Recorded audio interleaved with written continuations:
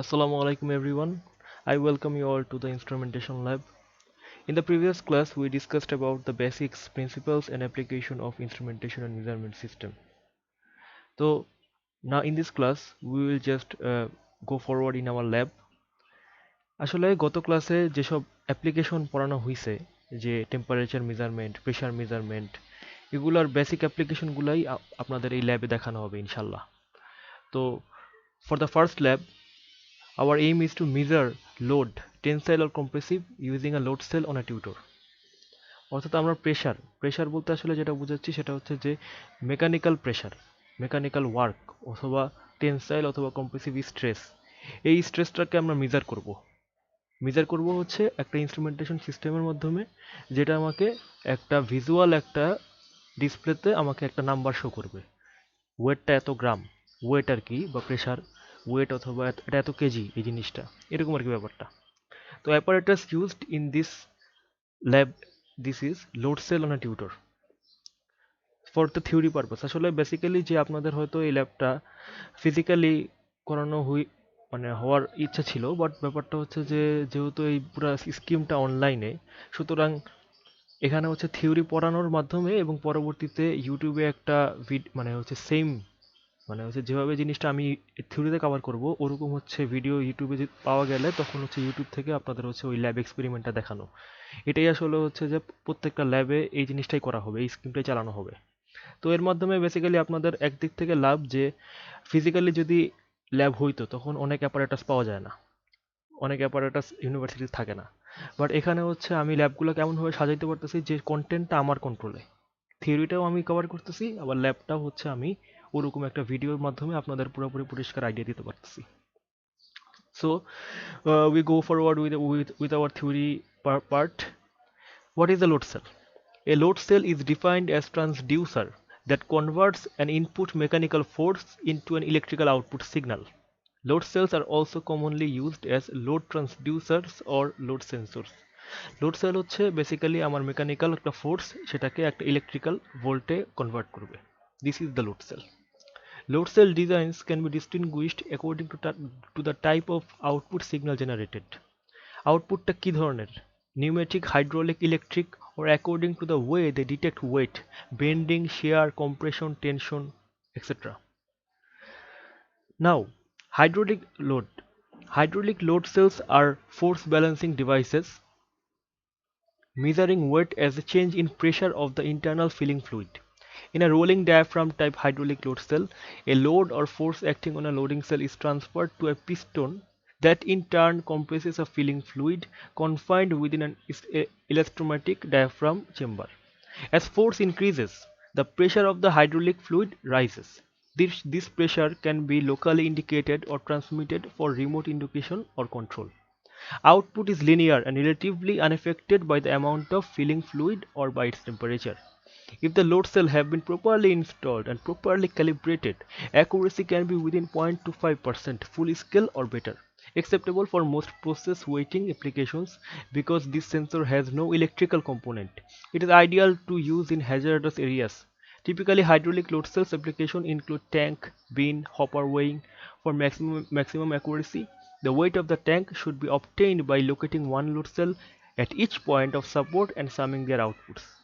Hydraulic load cell আমাদের এই ল্যাবের বিষয়বস্তু না, তাও এই থিওরিটা আপনাদের দেওয়া মানে উচিত বলে মনে করলাম, কারণ বিভিন্ন ধরনের মানে লোড সেলের একটা ক্লাসিফিকেশন, যে বিভিন্ন ধরনের লোড সেল সম্বন্ধে আইডিয়া রাখাটা এই ল্যাবের উদ্দেশ্য।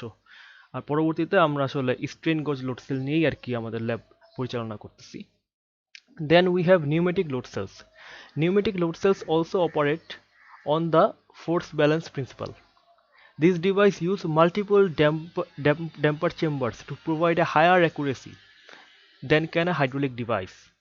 In some designs, the first damper chamber is used as a tare weight chamber. Pneumatic load cells are often used to measure relatively small weights in industries where cleanliness and safety are of prime concern. The advantages of this type of load cells includes their being inherently explosion proof and insensitive to temperature variations. Additionally, they contain no fluid that might contaminate the process if the diaphragm ruptures. Disadvantages includes relatively slow speed of response and the need for clean, dry, regulated air or nitrogen. Pneumatic বলতে আসলে কি বোঝায়? Pneumatic বলতে বোঝায় যে এয়ারের মাধ্যমে যেই system পরিচালনা করা হয়। অনেক সময় দেখবেন যে নিউমেটিক হ্যামার, বিশেষ করে মাইনিং খনিগুলোতে নিউমেটিক হ্যামার থাকে, অনেক বিশাল বিশাল নিউমেটিক হ্যামার।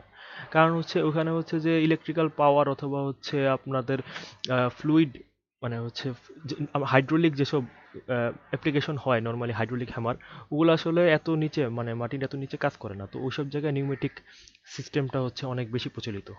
আর নিউমেটিক লোড সেলের মাধ্যমে একটা হচ্ছে যে এই নিউমেটিক লোড, মানে নিউমেটিক লোড আকারে আউটপুটটা হচ্ছে আসে। Then the prime concern of our lab, এই ল্যাবের আমাদের হচ্ছে যে মেইন ফোকাস যে strain gauge load cell. Strain gauge load সেলটা হচ্ছে আমাদের মেইন ফোকাস, কারণ হচ্ছে যে এই জিনিসটার অ্যাপ্লিকেশনটা সবচেয়ে বেশি। আর এই জিনিসটা হচ্ছে যে ওয়াইডলি পপুলার। আমরা যে বাকি দুই ধরনের লোড সেল বললাম এগুলো হচ্ছে স্পেসিফিক অ্যাপ্লিকেশন, যে নিউমেটিক লোড সেলের একটা স্পেসিফিক জায়গা আছে অ্যাপ্লিকেশনের, হাইড্রোলিক লোড সেলের একটা স্পেসিফিক জায়গা আছে। But strain gauge load sell normally যে কোনো অ্যাপ্লিকেশনে ইউজ হয়। যে কোনো একটা সেন্সর বোর্ড অথবা যে কোনো একটা industrial মেকানিজমেই strain gauge load sell থাকে নর্মালি। যে কোনো একটা বিমের উপর বা কোনো একটা লিঙ্কের উপর বা কোনো একটা মেকানিজমের উপর প্রেশার কতটুক পড়তেছে, আমার হচ্ছে সিস্টেমটা অপারেট করতেছে, অপারেটরের মাধ্যমে আসলে আমার মানে প্রেশারটা বিভিন্ন জিনিসের উপর কতটুকু পড়তেছে, এই প্রেশারের কারণে কোথাও কোনো মানে ডিসফাংশন তৈরি হচ্ছে নাকি, কোথাও কোনো ভাইব্রেশন তৈরি হচ্ছে নাকি অনাকাঙ্ক্ষিত, এগুলো আসলে মানে মাপার জন্য সব ইন্ডাস্ট্রিতেই স্ট্রেন গেজ লোড সেল হচ্ছে সবচেয়ে বেশি পপুলার। তো এখন আমরা স্ট্রেন গেজ লোড সেলের থিওরি সম্বন্ধে জানবো, একটু পরে এর প্র্যাকটিক্যাল অ্যাপ্লিকেশন এবং হচ্ছে আম, একটা ল্যাব ভিডিও দেখবো যার মাধ্যমে স্ট্রেন গেজ লোড সেলের মাধ্যমে বিভিন্ন ওয়েট মেজার করা হচ্ছে। So we go forward. Strain gauge load cells converts the load acting on them into electrical signals. The gauges themselves are bonded onto a beam or structural member that deforms when weight is applied. In most cases, 4 strain gauges are used to obtain maximum sensitivity and temperature compensation. মানে হচ্ছে strain gauge এই load সেলটা একটা হচ্ছে একটা fixed রেফারেন্সের সাথে এই জিনিসটা হচ্ছে মেকানিক্যালি আটকানো থাকে।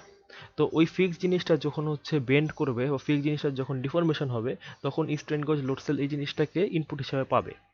তো এই ইনপুটটাকে ও কিভাবে আউটপুট দিবে, আউটপুট হিসাবে ও ইলেকট্রিক্যাল ভোল্ট, মানে হচ্ছে একটা ইলেকট্রিক্যাল সিগন্যাল হিসাবে ওই জিনিসটাকে আউটপুট দিবে। টু অফ দ্য গজেস, এই চারটা গজ থাকে, চারটা গজ হচ্ছে লাগানো থাকে একটা মেম্বারের মধ্যে। এই হচ্ছে স্ট্রেন গজ লোড সেল বানানোর জন্য চারটা স্ট্রেন গজ একটা মেম্বারের মধ্যে এমনভাবে লাগানো থাকে যেন two of the gauges are usually in tension and the two in compression and are wired with compensation. When weight is applied, the strain changes the electrical resistance of the gauges in proportion to the load. মানে strain গজের output কি থাকে? Strain গজের output থাকে হচ্ছে resistance, thermal, মানে হচ্ছে যে একটা হচ্ছে ইলেকট্রিক্যাল রেজিস্ট্যান্স। পরবর্তীতে ইলেকট্রিক্যাল রেজিস্ট্যান্সটা আমার সিগন্যাল কন্ডিশনিং এলিমেন্টের মাধ্যমে ইলেকট্রনিক ভোল্ট তৈরি হয়।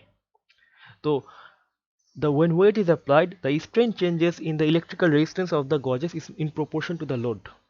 Other load cells are fading into obscurity as strain gauge load cells continue to increase their accuracy and lower unit cost. মানে হচ্ছে অন্যান্য লোড সেলগুলো যেগুলো ছিল এগুলো হচ্ছে অনেক পুরান লোড সেল, ঠিক আছে, এগুলো হচ্ছে ব্রিটিশ আমলে আবিষ্কার। বাট স্ট্রেন গেজ লোড সেলের পপুলারিটির কারণে আর স্ট্রেন গেজ লোড সেলের অ্যাকুরেসি এবং একই সাথে খুবই ছোট একটা ইউনিট বাট খুবই প্রিসাইজ অ্যামাউন্ট অফ অ্যাকুরেসি একটা দিতে পারতেছে। তো এই কারণে স্ট্রেন গেজ লোড সেল বর্তমানে পপুলার এবং সব ইন্ডাস্ট্রিয়াল সেকশন এবং ইনস্ট্রুমেন্টেশন সিস্টেমেই এক স্ট্রেন গেজ লোড সেল হচ্ছে অ্যাভেলেবল ইউজ হয়। এই কারণেই আর কি আপনাদের এই ল্যাবে অ্যাজ এ ফার্স্ট টপিক এটা সিলেক্ট করা। তো now will actually show the figure কিভাবে স্ট্রেন গজ লোড সেল তৈরি হয়। আপনাদের একটু আগে বলছিলাম যে একটা মেম্বারের মধ্যে চারটা স্ট্রেন গজ লাগানো থাকে যার মাধ্যমে স্ট্রেন গজ লোড সেলটা তৈরি হয়। এই যে এখানে দুইটা, এখানে দুইটা। আর হচ্ছে যে এই জিনিসটা এখন হচ্ছে এটা হচ্ছে আমার মেম্বারটা যেটা হচ্ছে ডিফর্ম করবে। এখানে যখন লোড দেওয়া হয়, এই যে আপনাদের ছবিতে একটু ভালো মতো দেখাই, এখানে হচ্ছে দুইটা ছিল স্ট্রেন গজ, এখানে দুইটা, এখানে দুইটা, এখানে দুইটা। আর এটা হচ্ছে সেই মেম্বারটা যার হচ্ছে ডিফরমেশন হবে। ডিফরমেশনটা কিভাবে হবে? যখন আমি এখানে লোড দিব, যখন এখানে লোড দিব এই জিনিসটাকে নিচে নেমে যাবে, একটা ডিফরমেশন হচ্ছে। এই ডিফরমেশনটা স্ট্রেন গজ ইনপুট হিসেবে পাচ্ছে। তো আউটপুট হিসাবে ও একটা রেজিস্ট্যান্স পাস করতেছে। ওই রেজিস্ট্যান্সটা পরবর্তীতে একটা মিলিভোল্ট, ইলেকট্রিক্যাল ভোল্টে রূপান্তর হচ্ছে, এবং সেই জিনিসটাকে পরবর্তীতে ভিজুয়ালাইজ করানো হচ্ছে আমাদের একটা ডিসপ্লের মাধ্যমে। এটা হচ্ছে যে আপনার হচ্ছে বেসিক সেলটা, বেসিক সার্কিটটা, পুরা instrumentation and measurement system by strain gauge load cell. এটার হচ্ছে যে পুরো ইলেকট্রিক্যাল সিস্টেম সার্কিট, সেটা হচ্ছে এটা। আমাদের হচ্ছে ইনপুট হিসেবে দেওয়া হয় নর্মালি ফার্স্টে 5 ভোল্ট। যে কোনো একটা ইলেকট্রিক্যাল ডিভাইস যদি মানে স্টার্ট করতে হলে একটা নির্দিষ্ট পরিমাণ ইনপুট দিতে হয়, এটা হচ্ছে 5 ভোল্ট। এই 5 ভোল্টটা দেওয়া হচ্ছে কোথায়? এই লোড সেলে দেওয়া হচ্ছে। এই লোড সেলটা কম্প্রাইজড অফ এই যে 4টা স্ট্রেন গজ, 1 2 3 4। তো এই 4টা স্ট্রেন গজ থেকে আউটপুট কি যাচ্ছে? আউটপুট যাচ্ছে হচ্ছে একটা রেজিস্ট্যান্স। সেই রেজিস্ট্যান্সটা এই যে এই সার্কিটটার মাধ্যমে, এই যে এতটুক সার্কিটের মাধ্যমে হচ্ছে একটা ভোল্ট, ইলেকট্রিক্যাল ভোল্ট, মিলি ভোল্টে রূপান্তর করা হচ্ছে। বাট এই মিলি ভোল্ট তো আমার হচ্ছে আমাদের হচ্ছে যে ভিজুয়াল ডিভাইসগুলো আছে, ডিসপ্লেগুলো আছে, এই ডিসপ্লেগুলো তো মিলি ভোল্ট শো করতে পারতেছে না। অথবা আপনি যদি এই রেকর্ডটা, এই যে আপনার এই লোডের যে রেকর্ডটা, এটা যদি আপনি কোনো কম্পিউটারে রেকর্ড রাখতে চান, অথবা একটা চার্ট অথবা একটা টেবিলের মধ্যে রেকর্ড রাখতে চান, এই জিনিসটা আসলে সই করবে না। মিলি ভোল্ট এত অল্প একটা ব্যাপার। তো এই মিলি ভোল্টকে পরবর্তীতে কন্ডিশন করার জন্য, অর্থাৎ মিলি ভোল্টকে যেন আমার পরবর্তী প্রসেস করার জন্য আর কি, যে আমার যেন অন্যান্য এলিমেন্টগুলা মানে এই জিনিসটাকে অ্যাক্সেস করতে পারে, সেজন্য হচ্ছে আমার এই যে ইনস্ট্রুমেন্টেশন অ্যাম্প্লিফায়ার আছে। এরপরে ইনস্ট্রুমেন্টেশন অ্যাম্প্লিফায়ারের মাধ্যমে এই জিনিসটা এখন একটা ভোল্টেজে রূপান্তর হইল। তারপরে হচ্ছে আমার ইনভার্টিং অ্যাম্প্লিফায়ার আর হচ্ছে নন ইনভার্টিং অ্যাম্প্লিফায়ার। এগুলোর কাজ হচ্ছে ক্যালিব্রেট করা। ক্যালিব্রেট করা বলতে আসলে যেটা বোঝায় সেটা হচ্ছে আপনাদের সংক্ষেপে বলি। যেমন আপনি হচ্ছে 100 গ্রাম লোড ওয়েট করবেন, আপনি 100 গ্রাম দিছেন, কিন্তু আপনার এখানে হচ্ছে এই শো করতেছে হচ্ছে 120 গ্রাম। তার মানে আপনি বুঝতেছেন যে আপনার এই সিস্টেমে 20 গ্রাম হচ্ছে আপনার এরর। তো এরপরে আপনি যখন মনে করেন 200 গ্রাম মানে হচ্ছে ওয়েট করবেন, তো আপনি জানেন যে 200 গ্রামের জন্য আপনার এখানে ভিজুয়ালাইজে আসবে কি 220 গ্রাম। তো আপনি আগে থেকেই এখানে ইনপুট দিয়ে দিলেন যে এররটা হচ্ছে 20।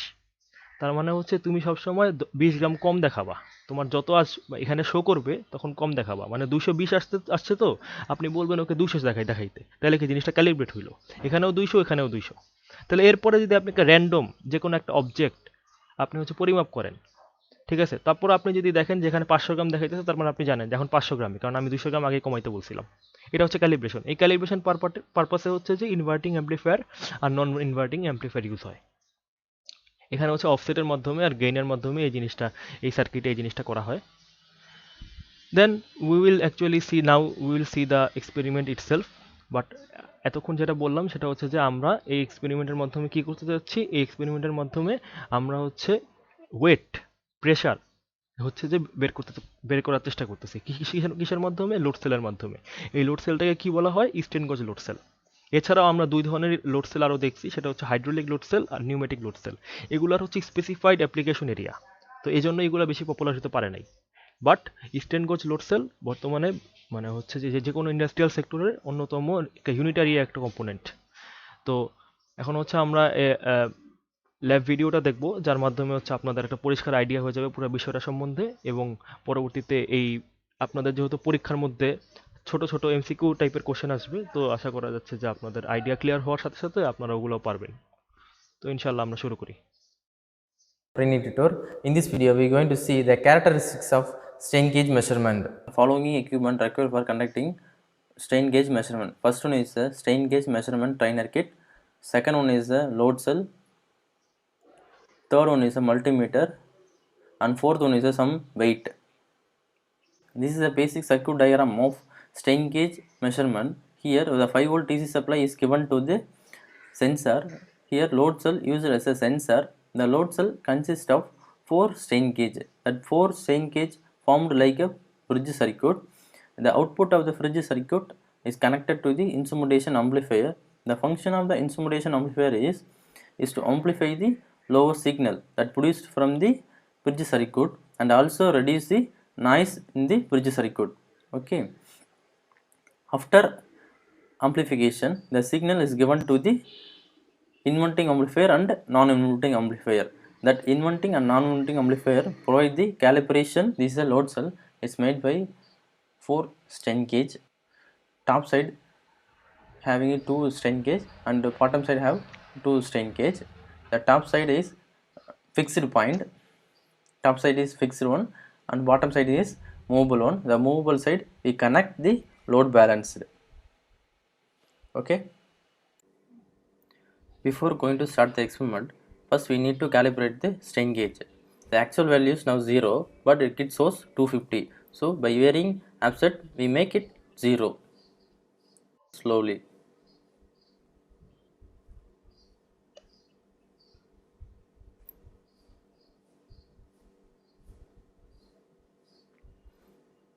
Yeah, now the kit at most 0.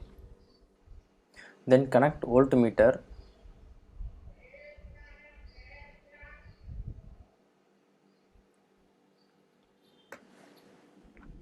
See, the voltmeter readings also 0, similar to in the kit. The kit shows the value in the gram. Now I am going to add 100 gram. Now see the value in kit, it shows 100 gram. At the same time, in the voltmeter, the electrical output is 0.5 volt. Okay. Again, I am going to add another 100 gram. Now the value is 200 and the electrical output is 1 volt. Okay. Then I am further adding one more 100 gram. Still now I added 300 grams. So now the kit shows 300 or 305. So it's due to some calibration problem, and the voltmeter also shows 1.5 volt. This is a tabulation of strain gauge measurement. For first 100 grams, the voltage is 0.5 volt and measured weight also 100 gram. For second 200 grams, the 1 volt voltage electrical output and measured weight also 200 grams. For third 300 grams, the 1.5 volt and then measured also 300 grams. This is a graph of strain gauge measurement. In the x-axis the weight in grams and y-axis voltage electrical output. Okay, for we have taken 100 grams, it shows 0.5, the 200 grams shows 1 and 300 grams it shows 1.5. তো basically আর কি, যেখানে হচ্ছে এখানে হচ্ছে যে এই সিস্টেমটা এমনভাবে ডিজাইন করা আছে যেন আপনার পার 100 গ্রামের জন্য, মানে হচ্ছে যদি আমার এই স্ট্রেন গেজ সার্কিট থেকে আউটপুট আসে 0.5 ভোল্ট, তার মানে হচ্ছে এই জিনিসটা হচ্ছে 100 গ্রাম। আমার হচ্ছে আবার স্ট্রেন গেজ এই সেলটা আসলে কি, স্ট্রেন গেজ এই পুরো লোড সেলটা এটা আউটপুট হিসেবে দিচ্ছে কি একটা ইলেকট্রিক্যাল ভোল্ট।